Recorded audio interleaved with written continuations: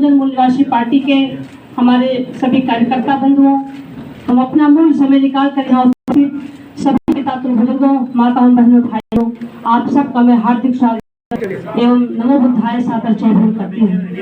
साथियों, जैसा कि आप सभी लोग जानते हैं कि केंद्र और प्रदेश में बीजेपी आरएसएस की सरकार जब से बनी है तब से पूरे प्रदेश में चोरी, डकैती, हत्या, बलात्कार, अन्याय, अत्याचार, महंगाई चरम सीमा पर बढ़ा है।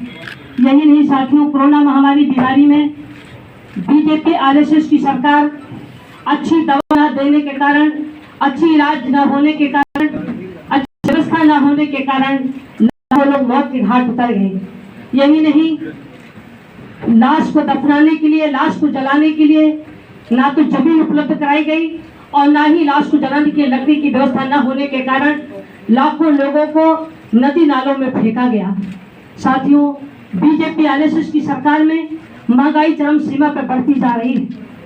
आप सभी लोग देखते होंगे, चाहे वो पेट्रोल हो, डीजल हो, गैस हो या खाद्य पदार्थ, इतना महंगा कर दिया गया है कि पूरे भारत में तबाही मची है। बीजेपी आरएसएस की सरकार में कृषि कानून बिल ला करके पूरे भारत के किसानों को तबाह करने का काम किया है और सैकड़ों कार्यकर्ताओं को गंभीर धाराओं में मुकदमा दर्ज करके उनको जेल भेजा है, जिससे पूरा भारत आक्रोशित है और पूरे भारत के किसान सड़कों पर आंदोलित है।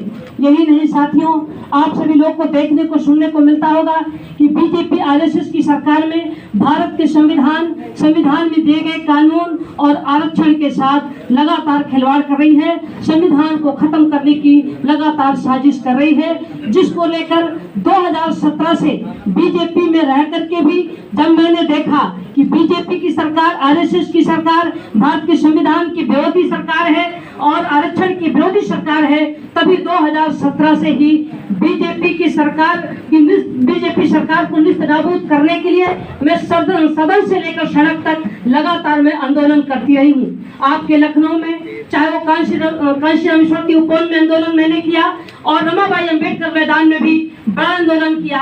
पूरे उत्तर प्रदेश की जनपदों में और भारत के तमाम प्रदेशों में मैं बड़े बड़े आंदोलन करके टीवी चैनलों के माध्यम से बहुजन समाज के लोगों को लगातार मैंने आगाह करने का काम किया कि बीजेपी आरएसएस की सरकार में बहुजन समाज के लोगों को गुलाम बनाने की तैयारी की जा रही है और संविधान आरक्षण खतरे में है।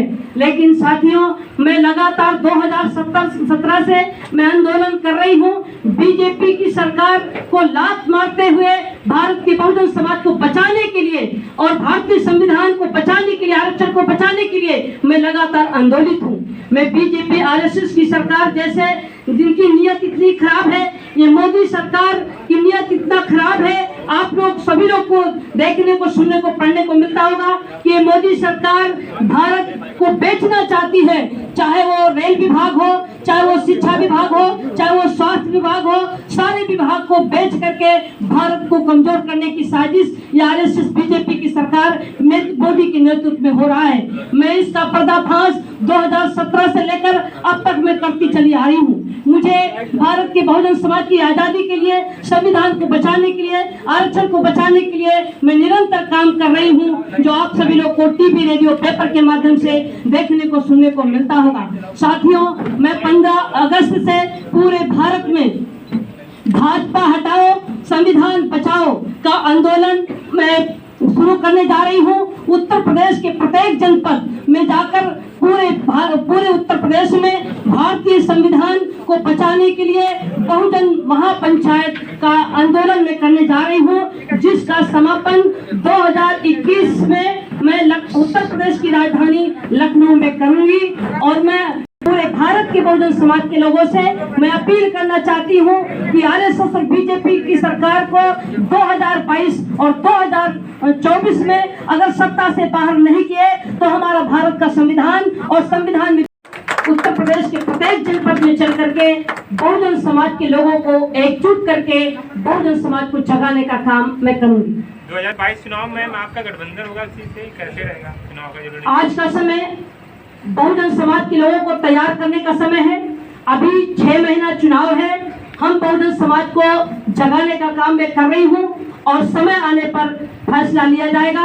निश्चित रूप से बीजेपी को हराने के लिए मैं कोई भी कुर्बानी देने के लिए तैयार हूँ। चंद्रशेखर भी इस समय चुनावी मैदान में है, तमाम तरह के मुद्दों को लेकर भी बहुजन के एक तरह से युवाओं के लिए एक लीडर के रूप में आ रहे हैं। क्या कहना चाहेंगे उनके बारे में? बहुजन समाज के लोगों को अब एकजुट होने की जरूरत है। अब जनता आगे है, नेता पीछे हैं, और जो नेता जनता के मन मुताबिक काम नहीं करेंगे वो नेता पीछे होंगे। मैं भौकाल में राजनीति नहीं करती। मैं भाजपा जैसे पार्टी को लात मार करके भारत के संविधान को बचाने के लिए मैं निरंतर संघर्ष कर रही हूँ। और मैं तो कहती हूँ कि स्वार्थ में लोग ना पड़ करके, बल्कि बहुजन की आजादी के लिए, संविधान को बचाने के लिए सबको एकजुट होना चाहिए, सबको मंच पर आना चाहिए।